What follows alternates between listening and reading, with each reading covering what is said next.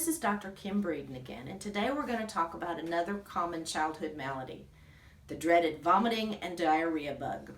Now, if you find this uncomfortable or it makes you squeamish, you may want to skip this video. We have a rule at my house. If I get a phone call from a worried parent and it has to do with nausea, vomiting, or diarrhea, I am expected to leave the dinner table. What do you do when your child starts vomiting? The first inclination of any parent is to grab the clear liquids and start making the child drink. And while we always use clear liquids in the management of nausea, vomiting, and diarrhea, it is not the first step. The first step is to stop everything. Don't give your child anything by mouth for at least 2 hours. If you are breastfeeding your baby, after 2 hours, you may start with small breastfeedings.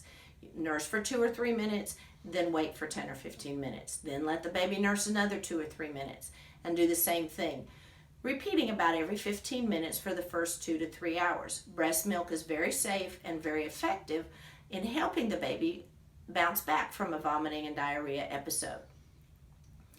If you are bottle feeding your baby, we recommend Pedialyte. Pedialyte is perfectly designed to replace what the baby needs. So after you've waited 2 hours, you give the baby Pedialyte. Give him maybe a half an ounce, then wait another 15 minutes, give him another half an ounce. 15 minutes later, another half an ounce. Do that for several hours, and then you may slowly increase the amount of Pedialyte you're using. Older children often don't like the flavor of Pedialyte. You can flavor Pedialyte with one of the artificially sweetened Kool-Aids or one of the drink products available on the market, or you may use Gatorade or Powerade. Older children's kidneys are more developed and they will balance their electrolytes normally. Now, after several hours of the clear liquids, you may begin to introduce what's been commonly called the brat diet: bananas, rice, applesauce, toast. You may use dry cereal, yogurt, gentle foods for the tummy until the child is back to normal. One of the things that parents worry about is dehydration. And the best way for a parent to monitor the hydration status of your child is to make sure that the child is urinating once every 6 hours.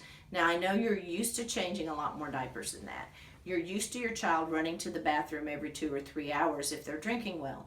However, if they are urinating once every 6 hours, you're doing well from a dehydration standpoint.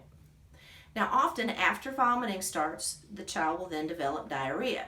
Again, we recommend clear liquids. Every time your child has a diarrhea stool, offer them the Pedialyte or the other clear liquids to make up for any extra fluids they're losing in their stool. Once the diarrhea begins to slow down, then again you would use the brat diet and yogurt. Yogurt is one of the best foods for GI health.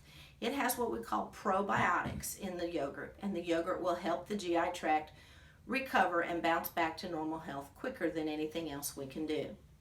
I hope you find this helpful.